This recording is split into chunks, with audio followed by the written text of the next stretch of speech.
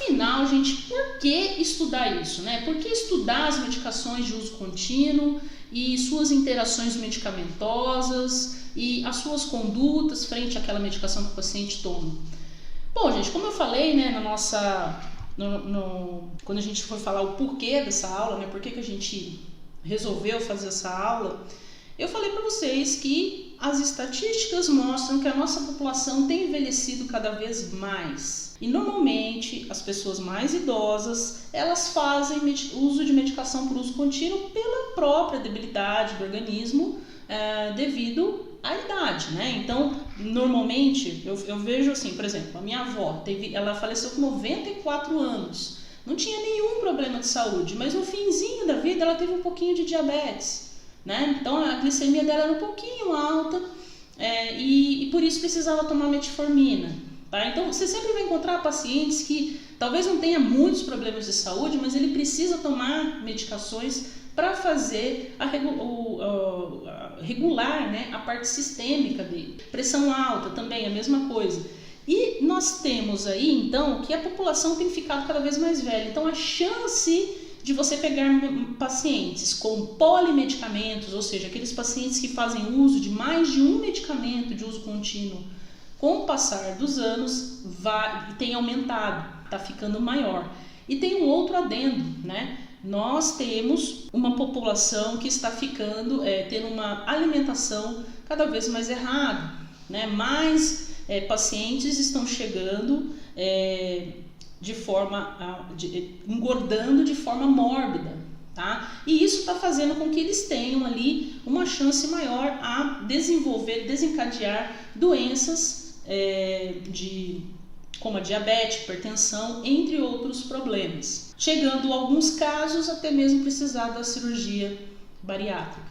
Então essa situação, esse quadro que vem se apresentando mostra que vai ser cada vez mais frequente na população esse tipo de paciente. E se você não souber como lidar com ele,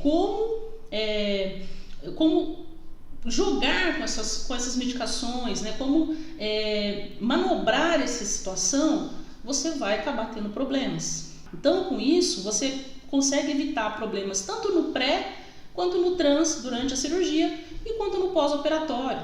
Há pouco tempo atrás, uma colega me chamou no direct do Instagram, porque o tio dela foi fazer uma cirurgia de implantes. Ele fazia uso de um anticoagulante, um antiagregante plaquetário. O dentista não se atentou a isso e ele teve uma hemorragia muito forte. A gente chegou até a falar sobre o protocolo de como atender esse paciente nessa situação, tá? Então, assim, visto isto, você teria uma outra conduta que evitaria que o paciente passasse por esse transtorno no pós-operatório.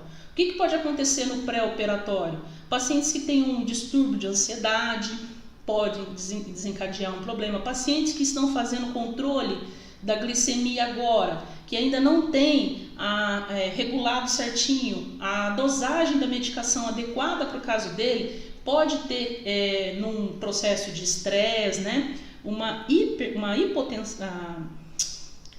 hipoglicemia, e essa hipoglicemia é muito mais perigosa do que a hiperglicemia, né? A diminuição brusca de açúcar no sangue pode levar o paciente a desmaiar. E aí como é que você faz para aumentar a glicemia dele de novo, ele desmaiado?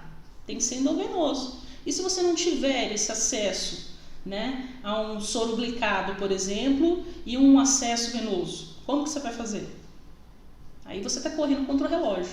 Então, nessas situações a gente tem que ver, captar, né, aprender a captar essas informações para poder tirar o melhor proveito delas.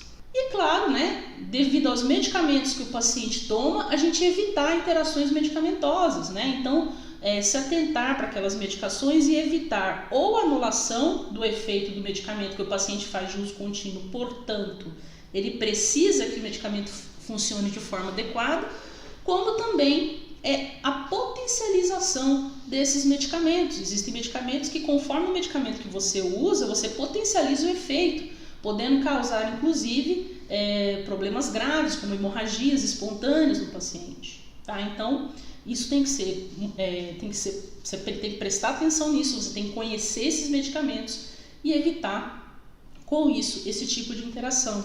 E como eu falei, falei, né, gente? Saber antes é planejar melhor. Não tem como se você fazer um bom planejamento e garantir um curso cirúrgico tranquilo sem ter esse conhecimento e aplicar esse conhecimento nos seus planejamentos, tá? Não tem como. Então, essa aula é uma aula, assim, que eu digo, aula diamante mesmo, é uma aula muito boa, que quem perder, perdeu.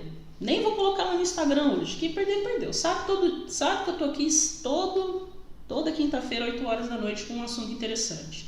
O de hoje é excepcional. Se a pessoa perdeu, paciência, né? A vida é assim. Às vezes a gente ganha, às vezes a gente perde.